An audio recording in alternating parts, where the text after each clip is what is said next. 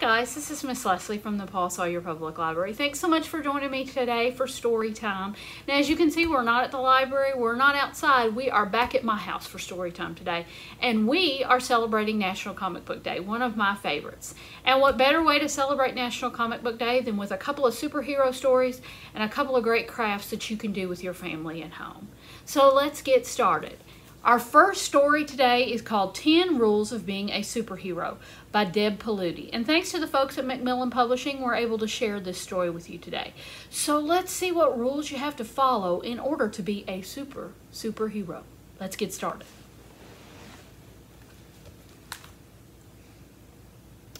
Rule number 1. A superhero must always respond to a call for help, even if the odds are against him. Look at that room. That room is a mess. Rule number 2, saving the day is messy. But everyone understands. I don't think Mom does. Look at her. She wants him to clean it up. Nobody said saving the day was glamorous. Moms don't always understand rule number 2. Rule number 3, every superhero has at least one superpower. That's what makes him super. Captain Magma has 3. He's really strong, has lava vision, now that sounds hot, and a friendly personality. It's true, but I wish I could fly. Rule number 4, a superhero must use his powers in a good way. Cookies for all. Maybe he is super strong. Mwahaha. Mine, all mine. Villains use their powers for evil. Uh-oh. They use them in a bad way. Look at that dinosaur. He's going to eat all the cookies. Rule number 5. Sometimes superheroes make a lot of noise. Stomp, pow, crash, wham. Not everyone appreciates the noise. Let's go out and play. Wah. Uh-oh. I think he's woken up his baby brother. Rule number 6. A superhero needs a tasty snack to be in top form. So it looks like he has an apple, some celery with peanut butter, a little cheese and crackers, some pretzels, and a little sweet treat in a cupcake. And it looks like he's enjoying it. Rule number 7, sometimes superheroes must rest so they can recharge and be ready when the time comes to save the day. Like now. Help! Help! Hello? Anybody there? Excuse me, yoo-hoo! Could you give me a hand? Look, he's fast asleep. He's not even paying attention to her. Rule number 8, a superhero is always brave. What is that buzzing sound? Uh-oh, they're being chased by a bee. And there they go.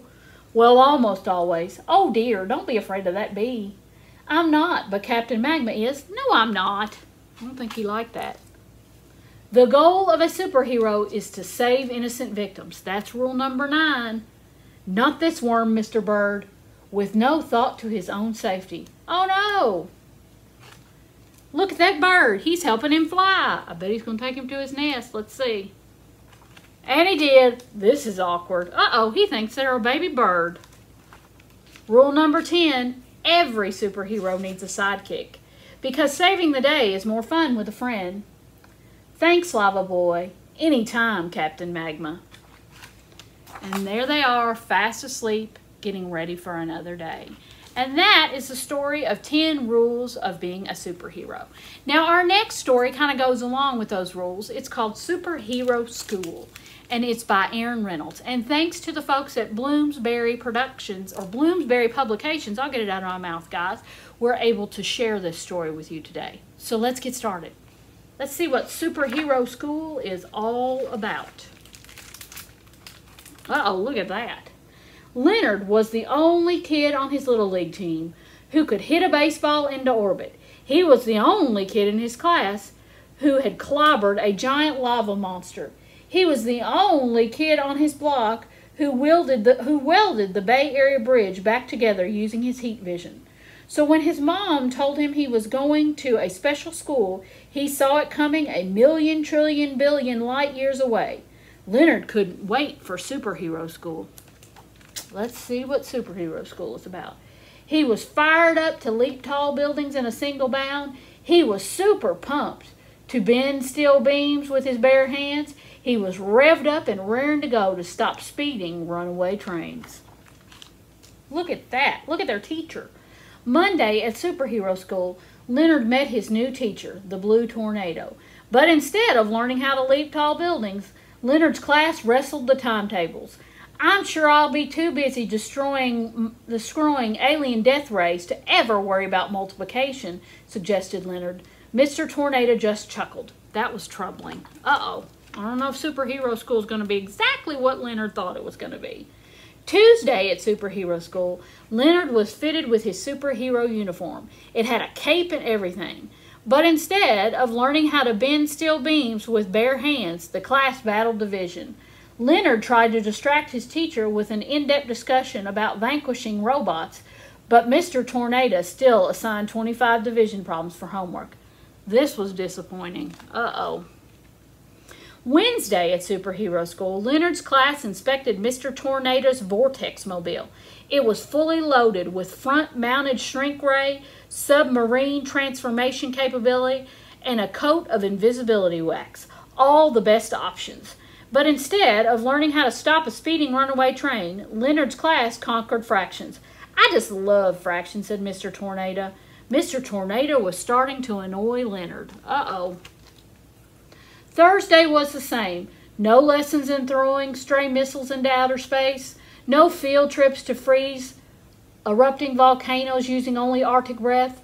No classes on overthrowing supervillains and mad scientists. Leonard was getting sick of Superhero School. So when the ice zombie struck, Leonard never saw it coming. Uh-oh. Look, everything's frozen, guys. On Friday, when the class arrived at school, the signs of a frosty struggle were everywhere. Icicles, snowballs, empty Slurpee cups, and a note that said, "Dear superhero students, have kidnapped the teachers, taking over the world. School is canceled. Best wishes, ice zombies." Uh-oh. The class sprang into action quicker than a swarm of evil ninja grasshoppers. But Leonard and Sarah were the only kids who could fly. The class was pretty heavy, so they split it in exactly half. "I'll take the girls," Sarah barked. "I'm not touching the boys." Sarah could sometimes be super bossy, but even among superheroes, cooties had to be considered. The class zoomed straight to the Arctic Circle in no time flat. I bet they're going to save their teachers. Let's see. Arriving at the zombies' lair, Leonard's class discovered a huge frozen wall 15 feet thick. Thank goodness for heat vision. But Leonard's eyes could only blast through 5 feet of ice. Not nearly enough. Luckily, Jack and Maggie had heat vision too. "Fire up those eyeballs," said Leonard. "Wait," said Jack. "I need to take off my new glasses." With Jack's heat-proof titanium glasses safely in their little plastic case, the three gave the icy wall their full focus. With 3 times the heat, kermelt, they blazed an entrance in no time flat. Uh-oh, look at all those ice guys. On the other side of the wall, the ice zombies were fired up and ready to rumble. "There are too many of them," cried Jack. "Too many zombies." Leonard counted quickly. "There are only 20. We can take them." "We just need super strength," shouted Sarah. "Who's got it?" Leonard, Sarah, Diego, Richie, and Kim all raised their hand. 5 super strong students. No sweat.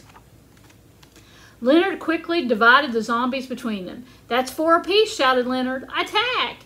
And that's when Richie Zelensky got stung by a bee. Good old Richie, super strong and super allergic. Leonard quickly recalculated. "That's 5 apiece," shouted Leonard. "Attack!" While Richie took his allergy medication and breathed deep cleansing breaths, the other 4 kids kicked the ice cubes out of the 5 zombies each, and a cheer went up across the zombie-infested wasteland. The teachers were saved, and they had suffered almost no freezer burn. Almost. The class soared back to school, teachers in tow, just before the last bell rang. But instead of thanking them for saving his life from certain doom, Mr. Tornado just said, "Well done, class. A+ on that math quiz." Math quiz? Uh-oh. And then it hit Leonard like a giant mutant octopus. Splitting the class in half? That's fractions. Heat vision times 3? That's multiplication. Ice zombies divided by 5 students? That's division. It was an evil trick, but Leonard went home for the weekend oddly super satisfied. After that, multiplication was less troubling, division was less disappointing, fractions was less annoying, and once in a while Leonard's class got to leap tall buildings and bend steel beams. Leonard had to admit superhero school was pretty super after all. So see, he didn't dislike it that much. Besides, Leonard could always stop super speeding runaway trains on Saturday. And that is the story of Superhero School by Aaron Reynolds. So those are just a couple of superhero stories that the library has. Obviously, we have a lot more, like some on Captain America and the Green Lantern and all kinds of other superheroes that I'm sure you guys know all about. Now, a couple of crafts that you can do at home.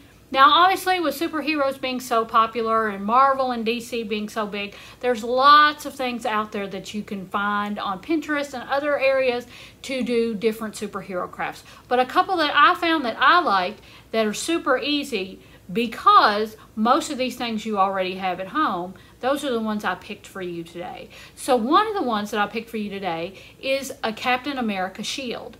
Now my shield is just made from a paper plate, and I use construction paper that I cut into little pieces.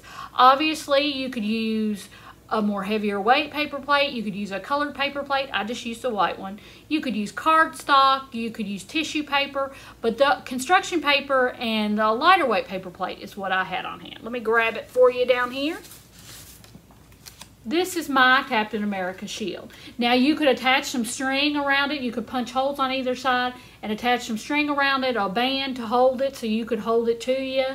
I cut out my own star, but you could use fun foam. You could do it all kinds of different ways with different decorations. You could make your own design. But like I said, I just used a real lightweight paper plate that I had around the house and some construction paper that I cut up into little bits. And then I cut out my own star. But you could really do it any way you want. Now, one of the other things that's really popular with superheroes are masks. And you can make your own mask. Now, I found a couple of patterns that you can print out on white cardstock and color your own or design your own, or you can print it out on colored cardstock, if I can get that out of my mouth, with the designs already on them. Now, a couple that I have for you today, I have some that are already, like I said, there's color already on them and the designs are already on them.